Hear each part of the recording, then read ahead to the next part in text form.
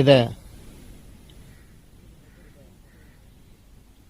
തികച്ചും ഒരു ബ്രഹ്മനിശ്ചയമാണെന്ന് നിങ്ങൾക്ക് മനസ്സിലാക്കി വരാൻ ഈ 30 കൊല്ലത്തെ പരിചയമുള്ള ആളുകൾക്കും കഴിഞ്ഞിട്ടില്ല.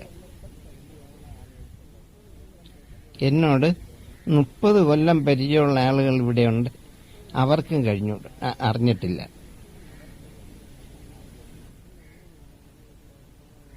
പിന്നെ എങ്ങനെയാണ് നിങ്ങളിപ്പോൾ ഉടനെ ഓടി വന്ന് അത് കണ്ട് എടുക്കുമെന്ന് വിചാരിക്കാൻ വയ്യാത്ത ഒരു ഘട്ടമാണ് തെളിഞ്ഞു നിൽക്കുന്നത്. പക്ഷേ അത് എടുക്കാൻ നിങ്ങൾ വിചാരിച്ചാൽ മാത്രം മതി. മറ്റു സഹായമെല്ലാം ദൈവത്തിൽ നിന്നുണ്ടാകുന്നുണ്ട്.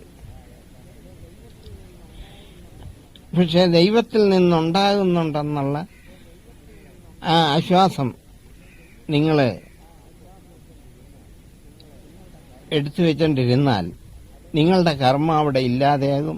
അതുകൊണ്ട് കഷ്ടപ്പെട്ട കർമ്മം ചെയ്യിപ്പിക്കുകയും ചെയ്യുന്ന ധർമ്മത്തില് കുട്ടികളും കുട്ടികളുടെ കുട്ടികളുമായിട്ട് വരുമ്പോൾ അത് ശരിയായിക്കോളൂ. അപ്പൊ ഇങ്ങനെ ഒരു ഉദ്ദേശം നമുക്ക് തരാനും ധരിക്കാനും കാരണമുണ്ടായത് ആണ് ഞാൻ പറയുന്നത്.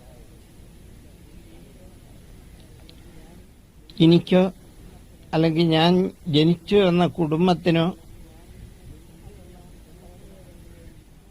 അതല്ല വേറെ ഏതെങ്കിലും ഒരു വിജ്ഞാനത്തിനോ കർമ്മദോഷത്തിൽ നിന്ന് മാറ്റിയെടുക്കാനുള്ള വേറൊരു കർമ്മമോ അറിയാൻ വയ്യാത്തൊരു കൂട്ടരായിരുന്നു ഈ ശൂദ്രവർഗം മൊത്തം. അപ്പൊ അവർക്ക് കാലങ്ങളെ പറ്റിയുള്ള ഒരു വിലയിരുത്തലില്ല. എന്താണ് കാലങ്ങളുടെ വിലയിരുത്തല്? അറിഞ്ഞവൻ അത് പറഞ്ഞു കൊടുത്തതുമില്ല, അതിനു പകരം മറ്റുള്ള ഒന്ന് കൊണ്ടുവന്ന് മൂടുകയും ചെയ്തു. മറ്റുള്ള കൊണ്ട് മൂടി എന്ന് പറയുന്നത് നിങ്ങൾക്ക് എന്ത് മനസ്സിലായി? ശരിയായിരിക്കണമെന്നില്ല, നിങ്ങളത് പറഞ്ഞാൽ മതി. തെറ്റായ ഒരു അറിവ് കൊടുത്തു. അതെന്തുകൊണ്ടാണ്?